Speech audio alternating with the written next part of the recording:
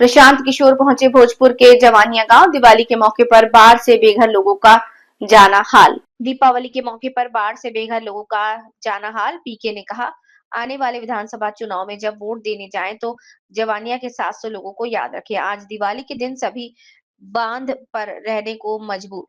भोजपुर जन सुराज के सूत्रधार प्रशांत किशोर आज सोमवार को दिवाली के मौके पर भोजपुर जिले के बाढ़ पीड़ित जवानिया गांव पहुंचे।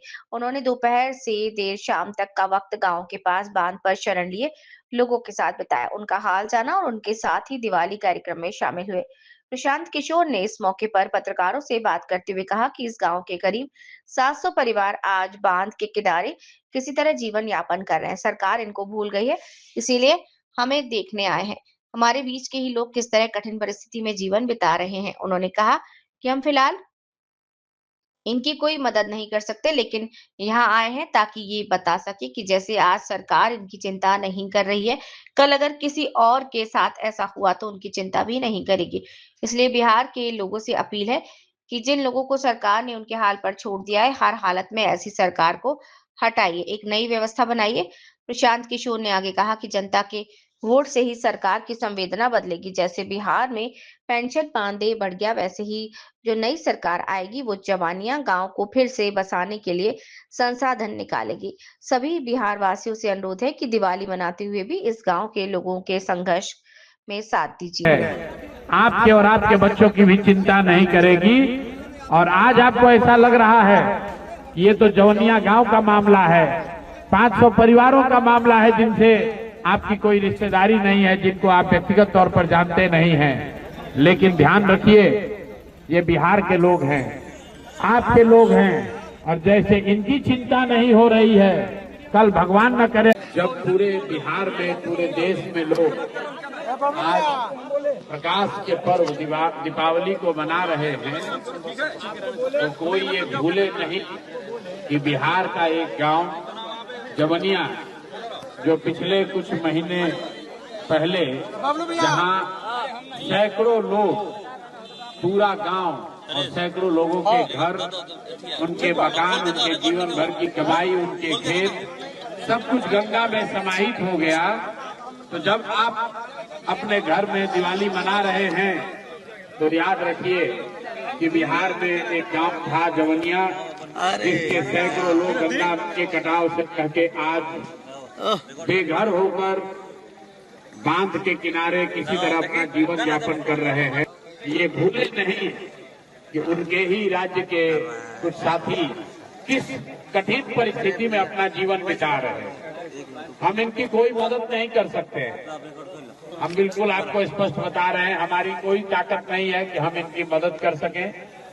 हमसे पहले भी यहाँ कई नेता लोग आए हैं, आगे भी नेताओं का आना जाना लगा रहेगा।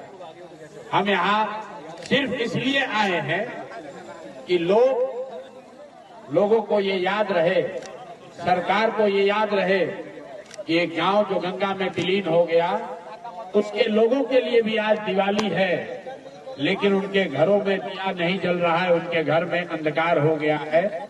सरकार करीब करीब इनको भूल गई है।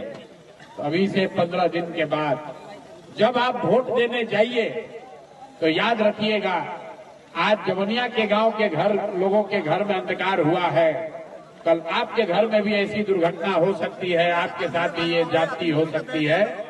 तो ऐसा लग रहा है ये तो जवनिया गांव का मामला है, 500 परिवारों का मामला है जिनसे आपकी कोई रिश्तेदारी नहीं है, जिनको आप व्यक्तिगत तौर पर जानते नहीं हैं। लेकिन ध्यान रखिए, ये बिहार के लोग हैं, आपके लोग हैं, और जैसे इनकी चिंता नहीं हो रही है, कल भगवान न करे अगर आपको कोई संकट आ जाएगा तो ये सरकार आपके और आपके परिवार की भी चिंता नहीं करेगी। यही बात बिहार के लोगों को याद रहे, खास करके जब आप जा रहे हैं लोकतंत्र के सबसे बड़े पर्व चुनाव में, अपने लिए नई व्यवस्था, नई सरकार को चुनने जा रहे हैं, तो इस जवनिया गांव के लोगों के दर्द को भूलिएगा नहीं। आप अपने कष्ट, अपने बच्चों की परेशानी, अपनी गरीबी, अपनी बदहाली, अपने भ्रष्टाचार से जूझ रहे परिवार के साथ साथ जवनिया गांव के उन लोगों को भी याद रखिएगा जिनका सब कुछ गंगा के कटाव में बह के तबाह हो गया और पिछले कई महीनों से ये सरकार से मदद की आस में बांध पर बैठे हुए हैं, बांध पर ये लोग अपना जीवन बिता रहे हैं। इसीलिए आज मैं आया हूं कि आज के दिन एक बार बिहार की जनता को ये फिर से याद दिलाया जाए कि इन लोगों के आवाज में अपनी ताकत जोड़िए, अपनी आवाज जोड़िए। आपके हाथ में वो ताकत है, आपके वोट में वो ताकत है।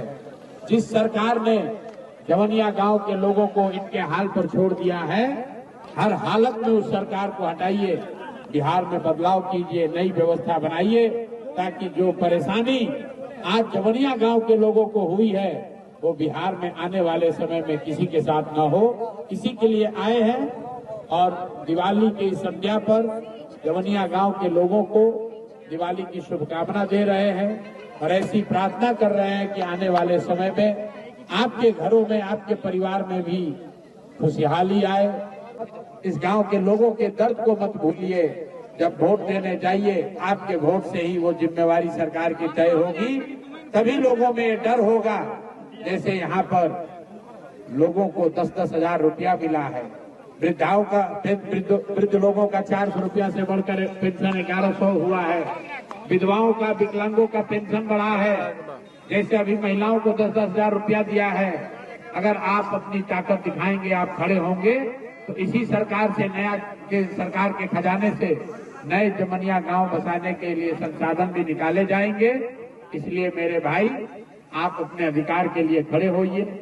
किसी को जो आपका अधिकार नहीं दे रहा उसको वोट मत दीजिए और पूरे बिहार के लोग, जवनिया गांव के लोगों के दुख में आप शामिल होइए, इनके साथ संवेदना रखिए और भगवान से प्रार्थना कीजिए कि एक अच्छी सरकार बने।